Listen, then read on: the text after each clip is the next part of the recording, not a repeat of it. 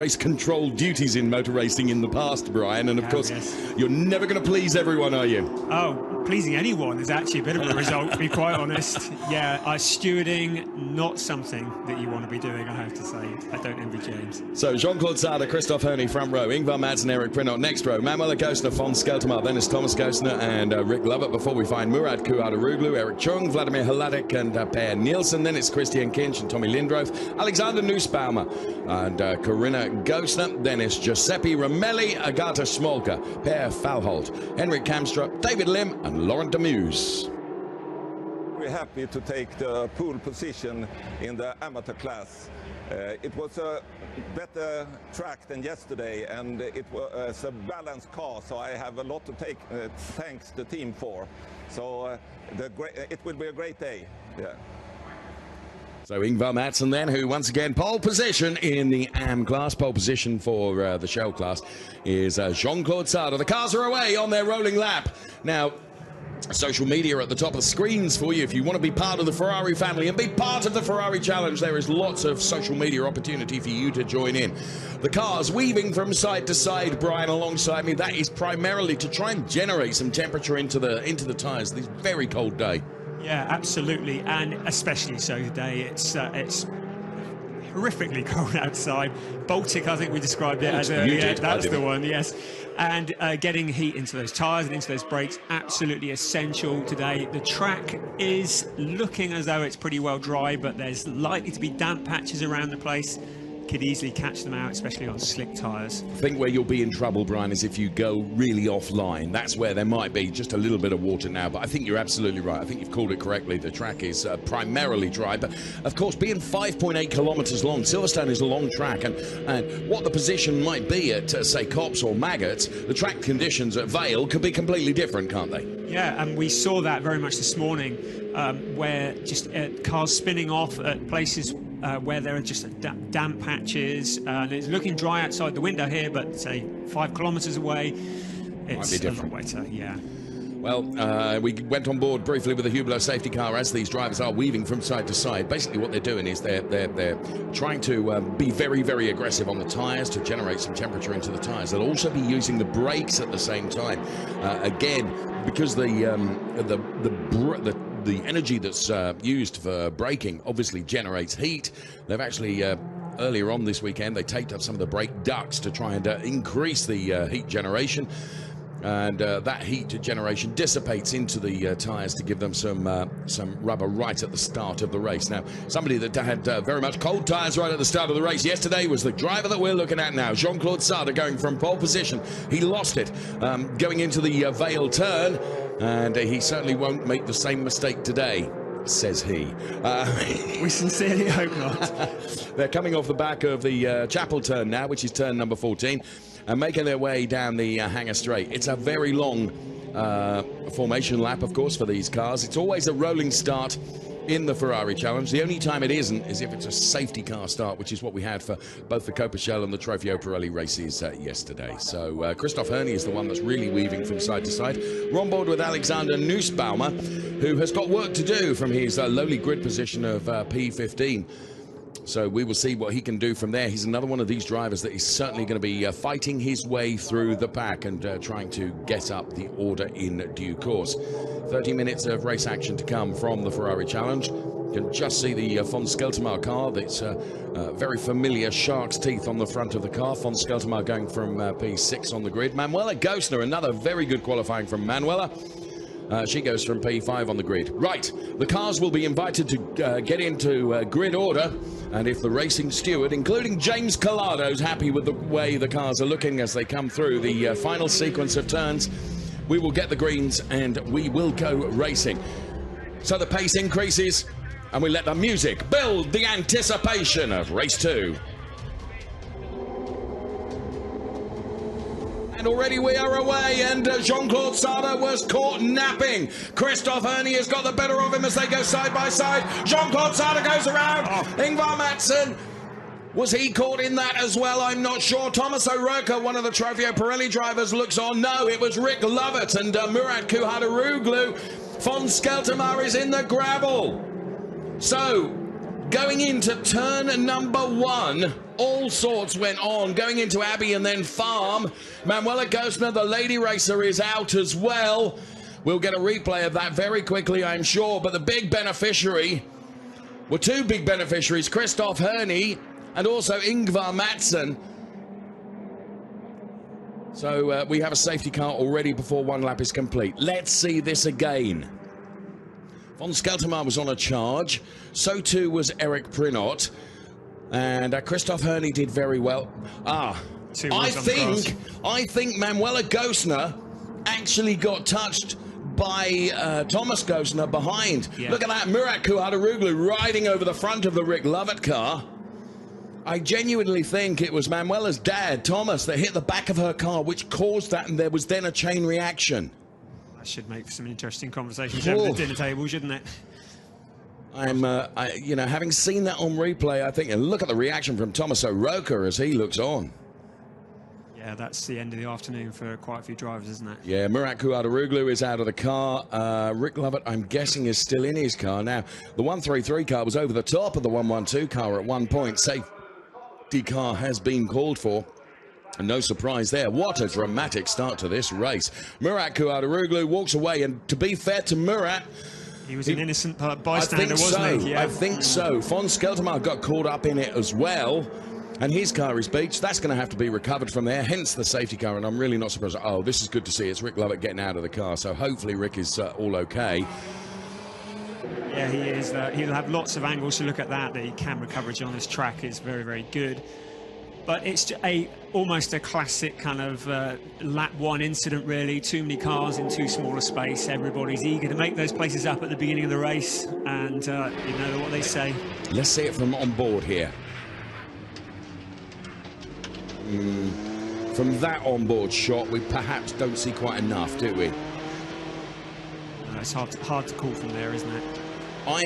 As I say, and I've only seen the replay once, Brian, but I think it looked like Thomas Gosner just touched the back of Manuela Gosner's car, and that then set off a chain reaction, basically, as drivers were trying to avoid. Yeah. Some got called out and some didn't. Some got away scot-free. But I think now that will be a very, very busy pit wall. That is the pit wall of Ineco MP Racing, which engineers Manuela Gosner and Thomas Gosner, and of course Eric Prinot as well. We pause for the show cam.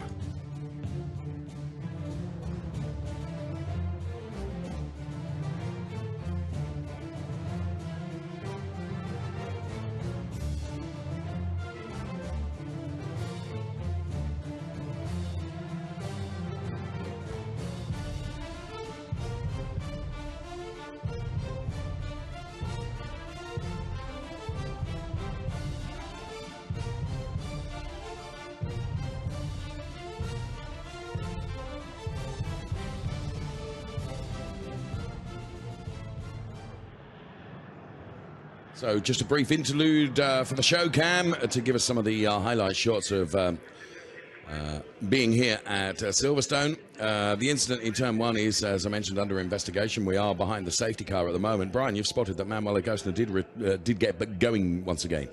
Yeah, she's got a lot of work to do from back there, though, hasn't she? Such a shame, because she's been going well all weekend, actually, hasn't she? Very much. You know, really putting in a good show, had a good qualifying as well. But, yeah, not a great way to start the afternoon on a Sunday. So those that we know we've lost are Jean-Claude Sarda, again, Von Skelterman, Rick Lovett, and Murat Kuhardaroglu, all out of the race. The clock continues to count down. The race is still on, and the standings at the bottom of the screen are accurate. We are behind the safety car. Now, you will recall me mentioning, Brian, right at the start of the race, that Vladimir Hladik had got to make up a lot of places during the course of this race. He has been really advantaged by the skirmishes at the front. He's up to P3 already. Yes, he certainly has. Yeah, very opportunistic. When you consider he was on row 8. Yes, absolutely. Yeah. He had a torrid qualifying, and for other people's misfortunes, he's been able to take advantage of that, hasn't he? Yeah, absolutely. And you know, that's the skill, isn't it? Is weaving your way through the carnage to do that. That's racing, isn't it? Sometimes you have to take the luck. It's other people's bad luck. Yeah, absolutely.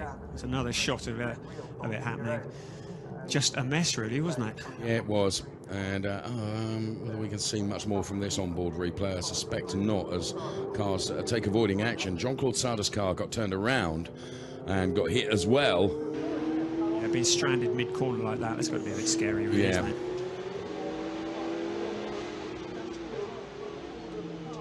So one of the onboard shots there. So at this point, the drivers don't know whether a safety car is going to be called for or not, so they have to get back up to racing speed as quickly as possible. So the order we have is Christoph Herney, who is leading the race and is Shell driver, but an AM driver is in P2. That is Ingvar Madsen, again another one that was advantaged, if you like, by the start of the race. I did wonder whether he was involved in that, but it was actually Rick Lovett's car that we saw, the similar sort of grey livery. Then Vladimir Hladek, Eric Prinot, Thomas Gostner, who of course is still out there and running in P5. Alexander Nussbaumer is the second best of the AM drivers down there in P6. Then it's Eric Chung, Christian Kinch, Corinna Gostner, and Agata Smolka, who is at P10. So safety car's going to be out for another lap or so, I would think, because of the recovery operation. There's Murat Kuadaroglu walking away, and you know, I genuinely think for Murat, you know, he was just in the wrong place at the wrong time, Brian. Yeah, absolutely, and he was just caught up in someone else's accident. His body language says it all, really. Just very fed up. So I've spent the whole week trying to learn how to pronounce Kuhadalugru, and I'm probably not going to have to use it now, am I? That's a shame, isn't it? All that hard work. Murat Kuhadaloglu. There we go. He was there with Rick Lovett walking away from the scene of that devastation. Interestingly, Rick Lovett hadn't removed his crash helmet, which is normally a sign that. Don't be talking to me. Absolutely. Keep clear. I've got nothing to say. Yeah. Okay, we take some more shots to music now inside the Ferrari Challenge.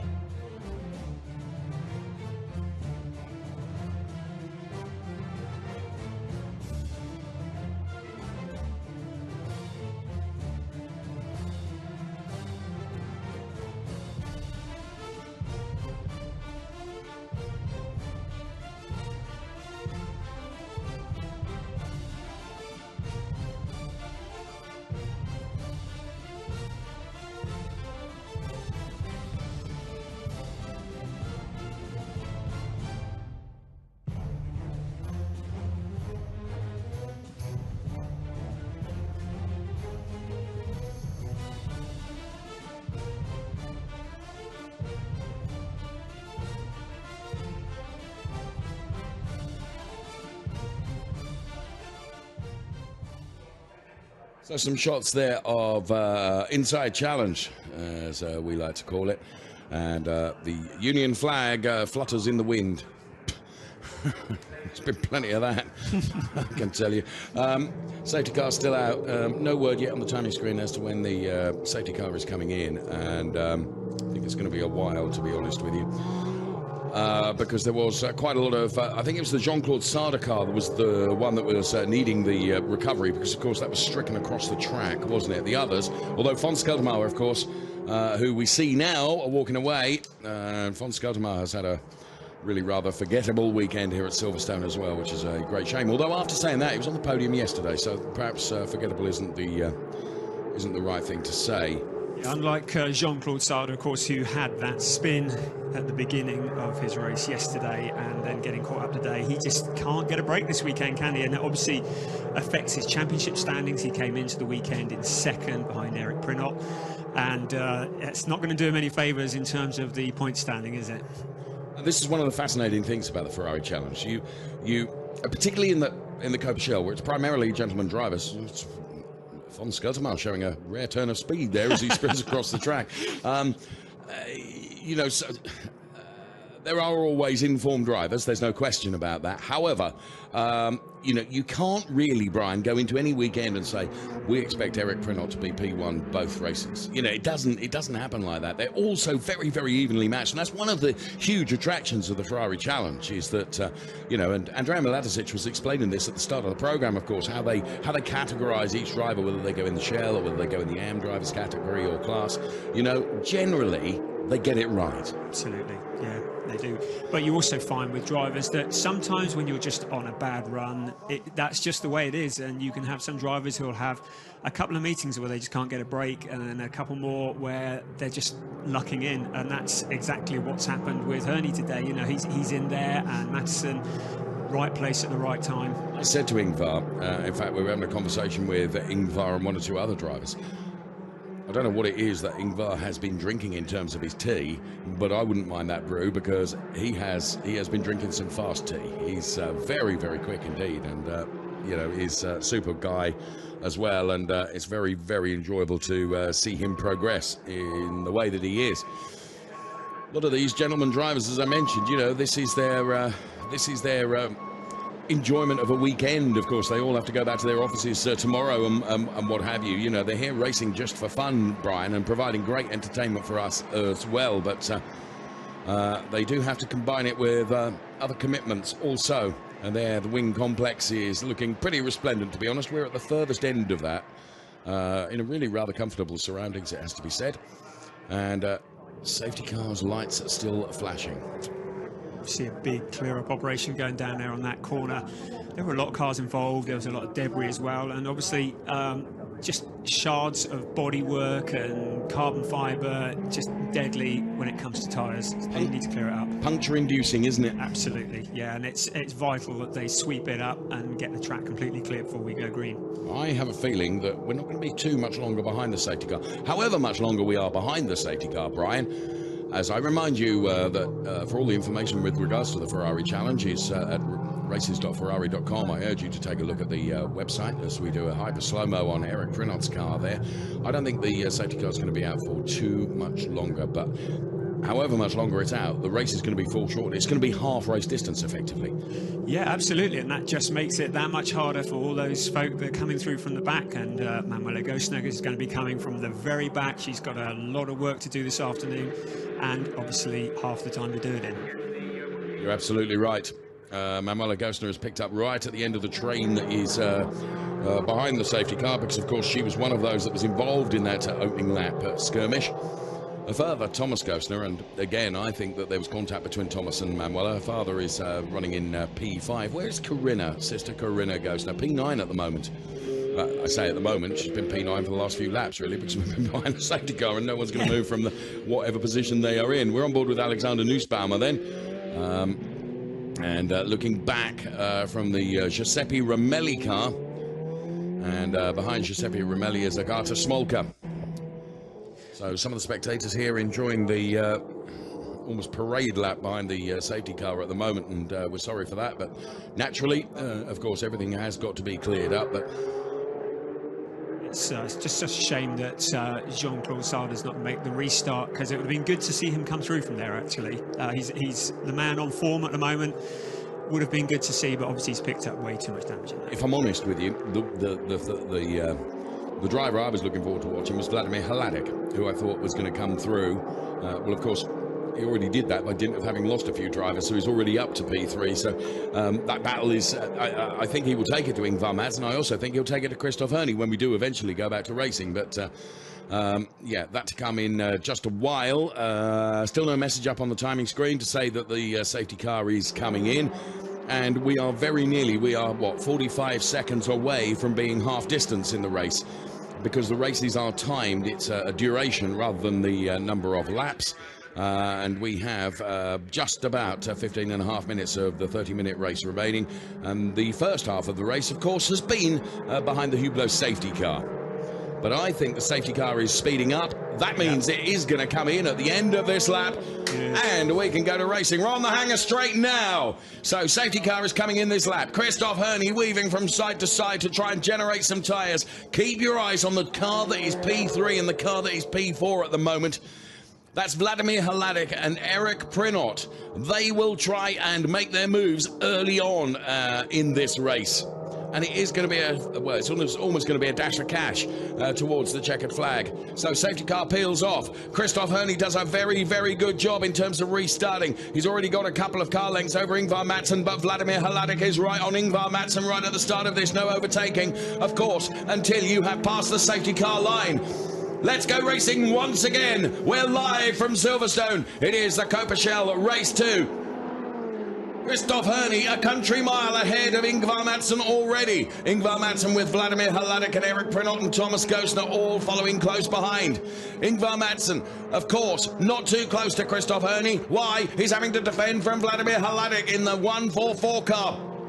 Vladimir Hladek all over the back of Ingvar Madsson here. Got him. And to be honest, that's very sensible driving from Ingvar Madsson, who of course is driving in the AM class. Why get involved in that big battle in the Shell drivers? Because it makes no difference to his position in class. Yeah. Very sensible driving from Ingvar Madsson. So let's see, can Vladimir Hladek get on to Christoph Herney? He's got 1.6 seconds to make up. Ingvar Madsson again very sensibly allowing Eric Prinot to come through. It makes no sense for Ingvar Madsson to be holding them up. His battle is with Nussbaumer, who's back in P6. sixth place. We have to remember, of course, that although they've been circulating behind the pace car, tyres and brakes are much colder than they should be. It's going to take a lap to get those back up to temperature. So they've just got to be careful. They're still treading carefully on these early laps of the restart. For pace car, see safety car.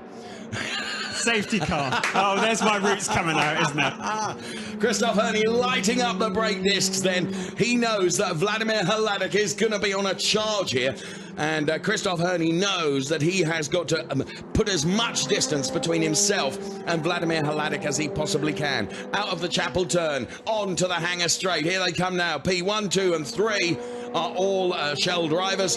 The P4 driver is Ingvar Madsson in the AM class, who's being chased down by Thomas Gostner. So this is Ingvar Madsson. He is P1 in his race, effectively in the AM classification. And Christoph Herney's done very well, 1.8 seconds in those early laps. That's a really healthy lead. It looks like he's controlling the pace from the front to me. He looks quick, doesn't he? He's just done better than anyone through Sector 1 and Sector 2. He knows he's being chased, and he knows that he's got to maintain that gap. I mean, there's no such thing as having a big enough safety gap. But he is in a position now where, you're quite right, Brian, what he wants to do, he wants to control the pace of this race, doesn't he? He doesn't want Vladimir Hladek getting too close to him. After saying that, Vladimir Hladek was the quickest through Sector 3, but his lap time in comparison to Christoph Herney was significantly down. Yeah, and I was expecting points lead Eric Prinot to come on now. I mean, he's been the man very much on form this year, and kind of expecting him to probably give more of a challenge to Vladimir Hladek, if I'm honest. He's kind of dropped back a bit at the moment. Be interesting to see whether he can close that gap up again. I think, were we in Italy, I think you're right. I think he would. I think it's the experience he has at Silverstone. He's on a par with the other drivers. One of the advantages that Eric Prinot often has is, if we're racing on an Italian circuit, he knows the circuit so very well. Whereas here, he's almost on a level playing field with everybody else. After saying that, he, in my opinion, is getting closer to Vladimir Hladek. We've got a fight going on here between the 136 car of Alexander Nussbaumer and Per Nielsen. They are both AM drivers, so it is P2, P3 position fight that is going on between those two. There is the back end of the Christian Kinch car. So there you can see that Alexander Nussbaumer and Per Nielsen continuing to fight. And here comes Agata Smolka and Corinna Gostner. They're having a fight as well over that P10 place at the moment. So the 119 car that's driven by Per Nielsen lighting up the brake discs. And here we can see a little bit of contact between Nielsen and the 136 car of Alexander Nussbaumer, and Christian Kinch trying to buy into that battle in the 128 car as well. You can see it from being on board there. That is the Corinna Gostner car. And there is the Ineco MP Racing pit wall. Christoph Herney leading by 2.26 seconds. And there's Vladimir Hladek in P2. This is Eric Prinot in P3. Eric Prinot, for my money, is getting a little bit closer to Vladimir Hladek, but not close enough to mount a charge. And already we've got merely 10 and a bit minutes of this race remaining. Yeah, it's not long left, is there? Just going back to Alexander Nussbaumer, of course, he was yesterday's pole sitter and winner. Yes. So he was the man on a roll this weekend, and he's got eyes on Madsson already. Although Madsson's a couple of places ahead, he really needs to catch up with him just for the sake of the championship. Yeah, I think so. But when you look at the margin between Ingvar Madsson and Alexander Nussbaumer, it's something like 9 seconds that Madsson has got on him. Yeah. So barring some mistake or some, I doubt it very much. But nonetheless, He's got to be conscious of the fact that Per Nielsen, who might look after his tyres better come the end of the race, although, of course, the tyre degradation is not going to be as great, anything like as great, because they have not done the racing laps. Sorry, I was distracted there, because Per Nielsen is under investigation for overtaking under the safety car. So he got past Alexander Nussbaumer, but he did it behind the safety car. Absolutely not allowed. Actually, it may not have been behind the safety car. What was more likely was he'd overtaken before the safety car line. Yeah, and but it's a big no-no, something the stewards would frown upon. And it's obviously, if it was before the safety car line, it can be a bit of a grey area. But yeah, if he's under investigation, they've probably got something that is going to point to that. He's going to get a penalty, isn't he? He'll drop places. And it's not beyond the realms of possibility, with 8 3/4 minutes of the race left, that he could get a drive-through penalty for that. So we will see, but at the moment Alexander Nussbaumer is ahead of him in any event. It is the fight that's going on for the P2 and P3 positions in the AM race. At the moment, Christoph Herney is leading by 2.2 seconds. All of a sudden, from nowhere, Eric Prenot has done the fastest lap of anybody out on track. Yeah, just looking at his sector times, and he's putting in some purple times around the place. He's suddenly found a bit of pace, hasn't he?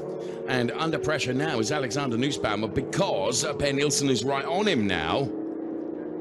So in the 119 car, Per Nielsen from Baron Motorsport is now all over Alexander Nussbaumer as well. They get side by side. Christian Kinch, I said earlier on, Brian, Christian Kinch, what he's doing here is being very, very clever. He's letting those two fight and thinking, you know, if I can buy into this, I will, but I'm going to let you do all the hard work, Per Nielsen, and I just want to take advantage of that if I can. Of course, you know, we don't know, he might yet get a penalty, but we will see. 7 3/4 minutes of the race remaining. And this is where Per Nielsen got right alongside Alexander Nussbaumer, who was off the track, to be fair. At one point, all 4 wheels were off the track. I don't think he gained any advantage. He was just giving racing room, wasn't he, to Per Nielsen to avoid another collision, which we certainly don't want. Yeah. Eric Prenot has got past Vladimir Hladek. Eric Prenot has gone past Vladimir Hladek. We just saw the back end of the overtake. I said, Brian, forgive me, that he was showing pace. He was quicker than anyone, and all of a sudden he's got past Vladimir Hladek. They're onto the national pit straight now. There's our race leader, Christoph Herney.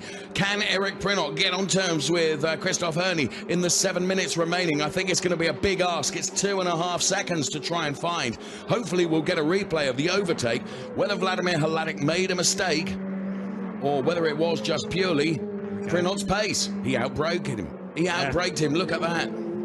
Yeah, although Hladek did leave a very large gap up the inside. I mean, he left the door wide open. I don't reckon, because he had to avoid. You could see him. He was turning in for the apex and then realised that the gap that he was going to turn into was full of the 181 car. You just wonder whether Prenot actually caught him snoozing a little bit. He was just hadn't realised he was that close to him. There we go. But great move by Eric Prenot. Well done to him. Thomas Gosner is still behind Ingvar Madsen. And there is literally only 6/10 between the two of them. But look, now Prenot has got past Vladimir Hladek. Already he's built himself up a couple of car lengths advantage, hasn't he? The chase is on to Christoph Herney, you know. Yeah, absolutely. And 6 minutes is a long time in terms of racing, and he could do this, you know. It wouldn't be inconceivable for him to catch up. Although catching is one thing, getting past is obviously another. Well, Prenot on his last lap was a 10th quicker than Christoph Herney, but after saying that, the gap is 3 seconds. We've got 5 3/4 minutes left. That makes it 3 laps to run. It's going to be tough. It is going to be tough. Per Nielsen taking a look then at Alexander Nussbaumer. Just saw that at the bottom of the picture. Alexander Nussbaumer, for the moment, has got it all under control. I've just seen 1 or 2 cars with wipers operating. I'm just wondering whether the weather is beginning to change once again. Alexander Nussbaumer is one of those. He's got his wiper on intermittent at the moment. Are there any drops of rain coming down? If so, that could change the shape of this race towards the end. And of course, being very nearly 6 kilometres long, this track, 5.89 kilometres, it could be different in one part of the track to another. And Per Nielsen also got his wiper going as well. Yeah. I just wonder, from the commentary position here, Brian, it doesn't look like there's anything coming down, does it? Yeah, I mean, it's ominous, isn't it? Looking out the commentary box window, there doesn't look to be anything at this side of the circuit, but you can see it on the camera lens there. There was definitely splatters of rain on the lens. Of course, they're all on slick tyres. Slicks and wet tracks do not go together. Good for a few spins, that one is. could get lively. It's still 4.5 minutes left to go. If the track gets wet, it could all change. Well, to be fair, I'm not seeing many other drivers with their wipers going, so I'm hoping it isn't the case, and we certainly don't want that to be the case. The battle for P7 between Manuela Gosner and Corinna Gosner. Now, Corinna Gosner is in the pink liveried car. Manuela Gosner is in the green liveried car. I said just a little while ago that Per Nielsen could get a drive-through penalty if he was deemed to have overtaken before the safety car line. Brian, our judicial review presenter, what has happened? Yeah, he has indeed got that drive-through penalty. It's a bit of a no-brainer if they've proven it. It's a big safety issue, isn't it? So now Christian Kinch, he doesn't want to be trying too hard to get past Per Nielsen. There's no point. Presumably the team will have told Christian Kinch, you can back off a bit because Nielsen is going to have to take a drive-through penalty. Now he has to take that drive-through penalty within 3 laps of being notified of that. However, if there are not 3 laps left in the race, he will get a time penalty added towards at the end of the race. Now, he is continuing to chase down Alexander Nussbaumer, of course, and Christian Kinch is trying to take advantage, but at the moment the 119 car is out of position because it will have a drive-through penalty to come. So that means that Per Nielsen is not going to be on the podium, and I think for the first time this year, if everything stays as it is at the moment, we will see Christian Kinch on the podium. Yeah. No, though, of course we won't. Christian Kinch is a Shell driver, he's not an AM driver, so we're not going to see Christian Kinch on the podium.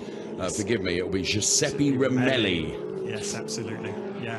And I think for Nielsen, it might be they elect to, because it's within that 3 laps of the end, they might elect to have the time added on, because that would be a less of a penalty, wouldn't it, in the grand scale of things? Although it's not race control's job to make it less of a penalty, I just think that in fact within the terms he is allowed to continue, isn't he? If he does more than 3 laps without taking the drive-through penalty, then it becomes more serious. But I think, to be fair, if there are not 3 laps left and he hasn't physically been able to take it, then that's when they will add the time at the end of the race. So Christoph Herney then, whose lead has been reduced to 1.6 seconds. It's within sight now, isn't it? How long has he got? 2.25 minutes. He's only going to get 1 more lap after this one. Yeah, it's going to be tight, isn't it? I'll tell you what, if anyone's going to be prepared to throw everything at it and try and do it, it's going to be Eric Prinholt. This is going to be fascinating over the final lap of the race. So, Christoph Herney, who knows that he's got to get the hurry up. The gap is down to 1.2 seconds now. He lost the back end of the car there. That will have cost him a few tenths. Eric Prinholt is smoother. Of course, it's always easier to hunt than being hunted. Yeah, absolutely. And when you see Prinholt in your rearview mirror, you're going to be it's going to just unsettle you a little bit. Although I haven't seen that. The gap's increased to 1.4 now. So, Christoph Herney is he's still controlling the pace. Just a little bit scruffy coming out of the corners. But we're on to the final lap now. Well, Vladimir Hladek, of course, is P3. I don't think he's going to trouble Eric Prinholt unless there's an error. And there could be. But the fight is on for Christoph Herney. But I think he's probably done enough, in truth, with a 1.4 second margin to take it to the end of the race. Ingvar Madsen, who's the leader in the AM classification. Yeah, another fantastic drive from Ingvar Madsen. Alexander Nussbaumer, P2. Per Nielsen is P3 in AMS, on track, but is going to get that penalty. So that means that it will be Giuseppe Ramelli. Now, there is Ingvar Madsen, who is not going to be troubled by Alexander Nussbaumer, because truthfully, Alexander Nussbaumer still having to defend from Per Nielsen, although he's got a drive-through penalty, or it will be a time award at the end of the race. So is Eric Prinholt any closer to Christoph Herney? I don't think he is, Brian. No, absolutely, and the time's run out. There gets to the stage where I think they settle for what they've got. I think he knows he's not going to catch him and get past him in that final lap, and it'd be better to finish a dignified second than stick it in the gravel. And of course, he's got to think about the points, hasn't he? But I'll tell you something you have said that is absolutely correct. Well, much of what you've said. Herney is looking more ragged. Yeah. Herney is definitely looking more ragged. Eric is being super smooth at the moment, and the gap is down to 1.1. But they only have the final sequence of turns. It's Stowe, Vale and Club to do. I think it is going to be too late for Eric Prinholt, but Herney has got to make sure he's on his mettle through these last sequence of turns. Eric Prinholt almost tries to shortcut the Vale turn. the exit of turn 17. But around the final turn comes Christoph Herney to take the win. And Eric Prinot takes P2. A fine drive from Eric Prinot. Vladimir Hladik will be P3. Thomas Gosner will finish P4 ahead of Ingvar Mattson, who will be the best of the AM drivers. He takes P5. Eric Chung, who we've hardly mentioned in the race, is P6, but actually P5 in. Oh, and Corinna Gosner goes off track right at the end of the race. Hopefully she'll be able to recover from there. And the rest of the cars that come through there, the standings you can see.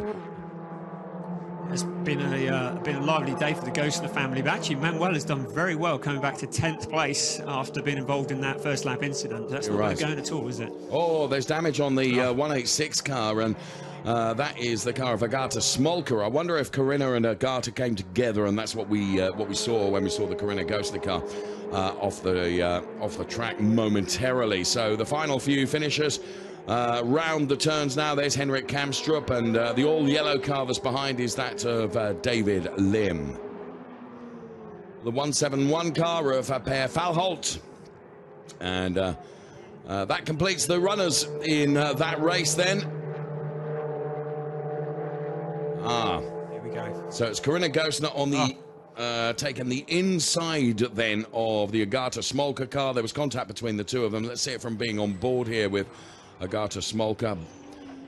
Oh no, that was a different incident. That was not Agata Smolka. Oh. It was all happening there, wasn't it? Right. Yes. The 1, 2, 3. The 1, 2, 3, it's Christoph Herney, Eric Prinot, Vladimir Hladik.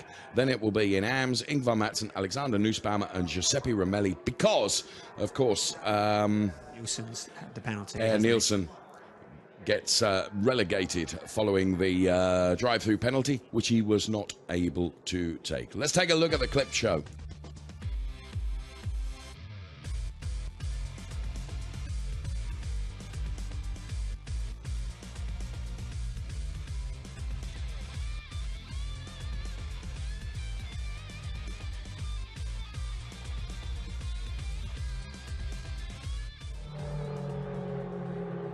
So some nice images for us to look at there.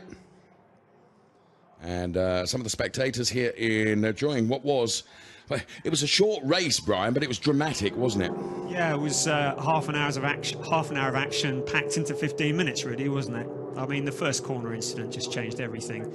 But it was exciting all the way through, really, wasn't it? There was lots going on, wasn't there? And there was, you know, that fight to the finish in the end. I mean, despite his best efforts, Eric Prinot wasn't able to take it to Christoph Herney in the end. But by Jimny, he didn't half try. Yeah, I mean, the gap was, 1.2 at the end.